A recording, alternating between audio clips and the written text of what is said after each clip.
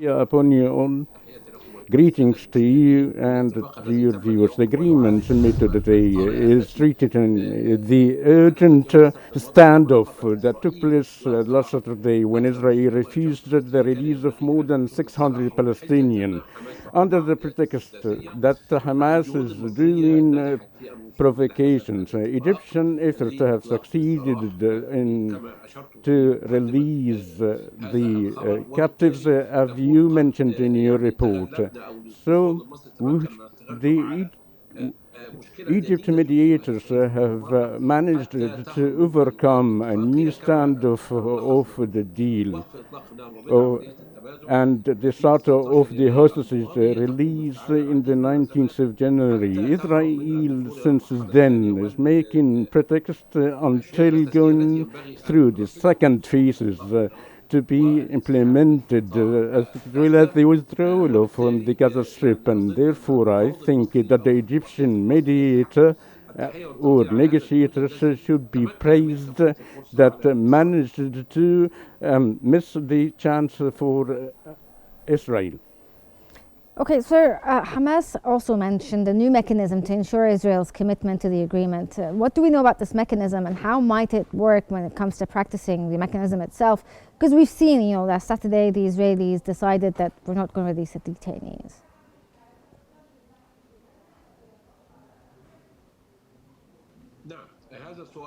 Certainly. This is a good question. As we understood from Hamas' statement that the movement have managed to get guarantees from Egypt and Qatar, as Israel should be abide with the deal and not making celebrations preceding a ceremony. Israel thinks that is humiliating. And Hamas also has demands that await of the Palestinian detainees. The guarantee is the pressure by the mediators. And also we should not forget the importance of the American role. There was a possible of Witkoff to visit the region, and it reportedly said that it was postponed till Saturday. Therefore, there is no guarantee, but the pressure by Egypt and Qatar and political pressure by Israel, as Netanyahu is having great skills of evading what he agreed upon before. Well, sir, as you said, the Israeli side is attempting to stall or evade, abiding by the ceasefire agreement and moving on to the next phase. Hamas also stated that no proposal has been presented for the second phase of the agreement. Why might this second phase involve, and why do you think it has not been addressed yet? Is it related to how the Israeli side is also trying to evade it?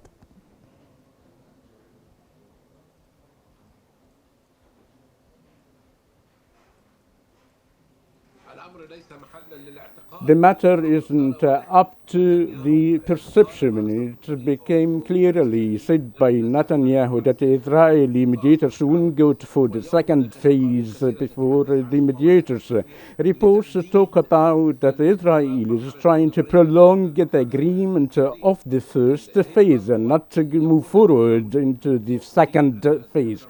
Netanyahu is saying to the negotiators that means that the fall of its government is due to the threats of the far extremists in the government as Mutrich. This is one point. Secondly, Netanyahu has a greater problem is to adopt the Israeli budget, and if it's not been adopted in the next month, the government will be falling. So he's facing more than one problem. Thirdly, he's getting a great support by U.S. President as saying that Trump has to do with whatever he likes. And so the dilemma here, who's going to push Hamas to present to the Netanyahu more detainees without going through the second phase? As many reporters said, if they did so, that will be politically suicide. So,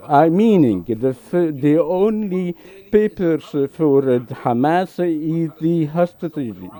So if it's not going into the second phase, Netanyahu will get back to resume the fighting and the war once Yes. again. So, sir, if we move on to the second phase and the Israelis, decide to move on to the second phase, obviously this has to do with the detainees. How does this agreement fit into the broader context of previous detainee exchange between Israel and Hamas?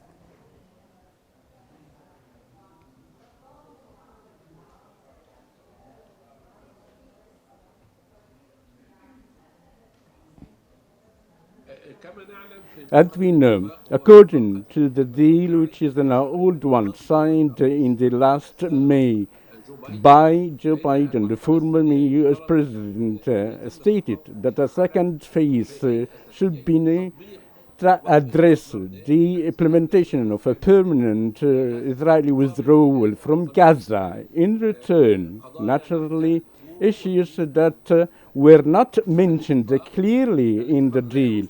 The deal did not stipulate about this regard. Therefore, Israel is saying that it cannot agree the second phase unless Hamas is to be out of the administration. Hamas have already agreed upon to go out, but the point is, who's going to run Hamas? Are they going to be Technorata or the Palestinian Authority that Israel is rejecting? So any Israeli approval about the presence of Hamas in the second phase, meaning the fall of the Israeli government, which contradicts what Netanyahu named it as the absolute victory. So this negotiation should be made by the Palestinians and the Arab region, and along with Israel and the USA. Taking into account that the USA for that Hamas shouldn't be available or present in the political landscape in Gaza following the next day after war.